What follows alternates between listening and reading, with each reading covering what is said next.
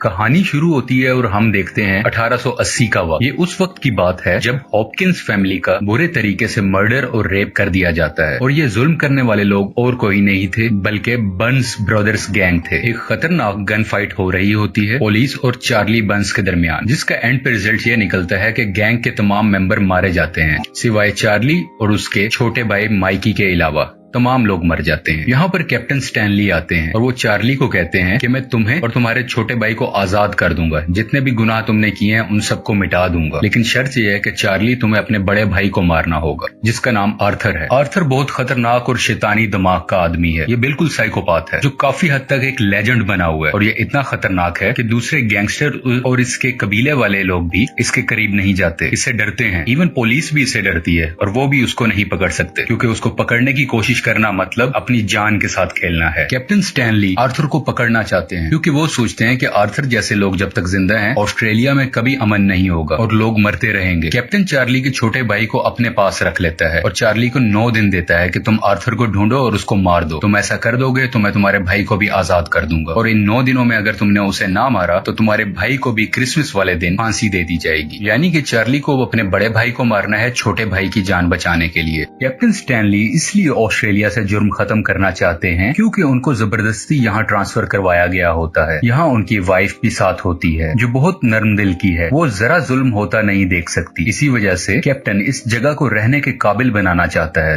ताकि वो सुकून से रह सके। कैप्टन और उसकी वाइफ मरने वाले हॉपकिंस फैमिली के बहुत अच्छे दोस्त भी थे। यानी कि हमने शुरू में जो जाना था कि हॉपकिन फैमिली का बुरे तरीके से मर्डर हो जाता है, ये दोनों उनके फैमिली फ्रेंड्स भी थे। इसके अलावा कैप्टन की वाइफ को अक्सर उसकी मरी हुई दोस्त के ख्वाब भी आते हैं जिसकी वजह से वो बहुत डर जाती है। कुछ वक्त ही गुजरता है, कैप्टन स्टैनली और चार्ली के दरमियान होने वाली डील टाउन में रहने वाले लोगों को पता चल जाती है। बेसिकली इस डील की इंफॉर्मेशन स्टैनली के जूनियर ऑफिसर ने लीक की होती है जिसकी वजह से लोग पुलिस और स्पेशली कैप्टन से नफरत करना शुरू हो जाते हैं। कैप्टन स्टैनली के सीनियर ऑफिसर उसे बताते हैं कि चार्ली का छोटा भाई जो तुमने गिरफ्तार किया हुआ है उसे 100 लैशेस पनिशमेंट होगी, यानी कि उसे 100 कोड़े पड़ेंगे क्योंकि उसने हॉपकिन फैमिली का मर्डर और रेप किया। कैप्टन ये सब सुनकर हैरान हो जाता है, इसलिए नहीं कि मुजरिम मासूम है, लेकिन इसलिए कि 100 लैशेस का मतलब है कि उसका जान से हाथ धो बैठना, यानी कि उसका मर जाना। और ऐसा हो जाने के बाद उसकी चार्ली के साथ भी की हुई डील खत्म हो जाएगी क्योंकि उसने कहा होता है तुम्हारे बड़े भाई की मौत के बदले छोटे की आजादी मैं दिलवाऊंगा और अगर ये डील टूट गई तो चार्ली बदला लेगा और यकीनन उसके वाइफ की जान भी खतरे में आ जाएगी। अब चार्ली के छोटे भाई को जालिम तरीके से सजा दी जाती है, उसको सब लोगों के सामने कोड़ों से मारते हैं और वो बहुत जख्मी हो जाता है, जिसे देख के वहाँ सब मौजूद लोग इस सजा को अब नहीं देखना चाहते।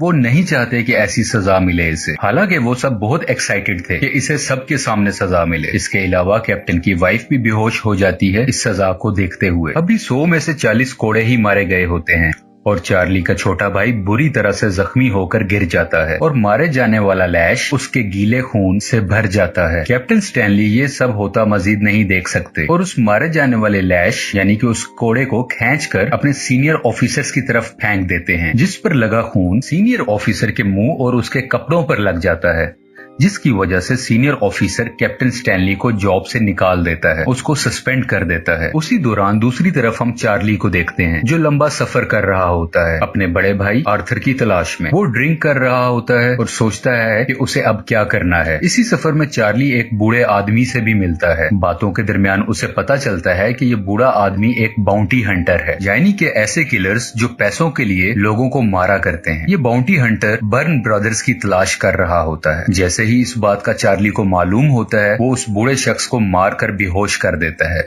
और वहां से चला जाता है। इसके बाद चार्ली पत्थर पर सोया हुआ दिखाया जाता है। यहाँ पर एक लोकल आदमी आता है और अपने स्पीयर यानी कि नेजे से चार्ली पर हमला करता है। स्पीयर से उसके सीने पर हमला करता है। इससे पहले चार्ली कुछ करता और एक गन शॉट की आवाज आती है और वो लोकल आदमी जिसने चार्ली पर हमला किया था उसका सर उस गन शॉट से फट जाता है। अगले सीन में हम देखते हैं कि चार्ली अपने बड़े भाई आर्थर के कैंप में मौजूद होता है। ये यहाँ पर बेहोशी से जागता है। ये कैंप मुख्तलिफ गारों के अंदर बनाया हुआ होता है। चार्ली के बड़े भाई आर्थर के गैंग में बहुत से ट्रेन लोग होते हैं और इनमें से ही एक आदमी ने चार्ली की जान बचाई होती है, उस लोकल आदमी को मारकर जिसने चार्ली पर अटैक किया था। चार्ली के सीने के जख्म भी काफी हद तक ठीक हो गए होते हैं। चार्ली को इस कैंप में बहुत से मौके मिलते हैं जब वो अपने बड़े भाई आर्थर को मार सकता था, लेकिन वो उसे अब तक नहीं मारता। अब हम कैप्टन स्टैनली के जूनियर ऑफिसर को देखते हैं जो अपने किसी और मिशन के सिलसिले में आर्थर के कैंप के करीब ही होता है। बड़ा भाई आर्थर वहाँ पर आ जाता है और इसको मौत का मजा चिखाने ही वाला होता है कि जूनियर ऑफिसर इसे कहता है, रुको, तुम्हारे भाई चार्ली को यहाँ तुम्हें मारने के लिए भेजा गया है। इधर ये बात हो रही होती है और हम दूसरी तरफ देखते हैं कि वो बूढ़ा आदमी जो कि बाउंटी हंटर है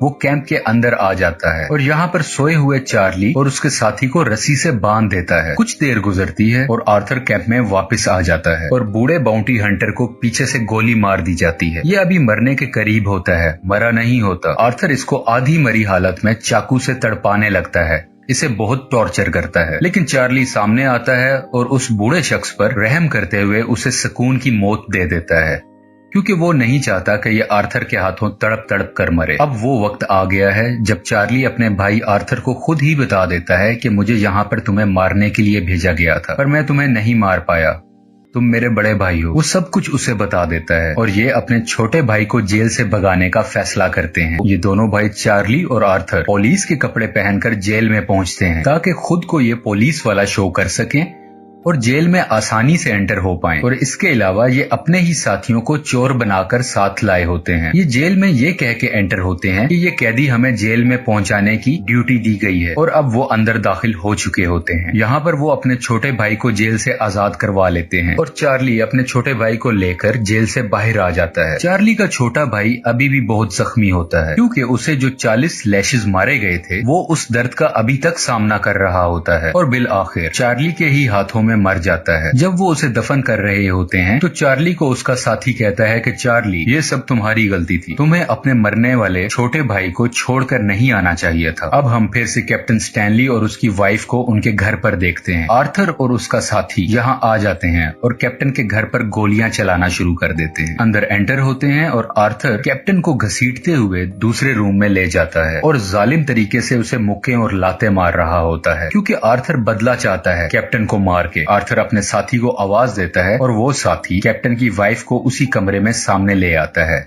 जहां कैप्टन जख्मी हालत में होता है और यहाँ पर आर्थर कैप्टन के कंधे पर गोली भी चलाता है। वहाँ पर मौजूद आर्थर का साथी कैप्टन की वाइफ का रेप करने की कोशिश करता है।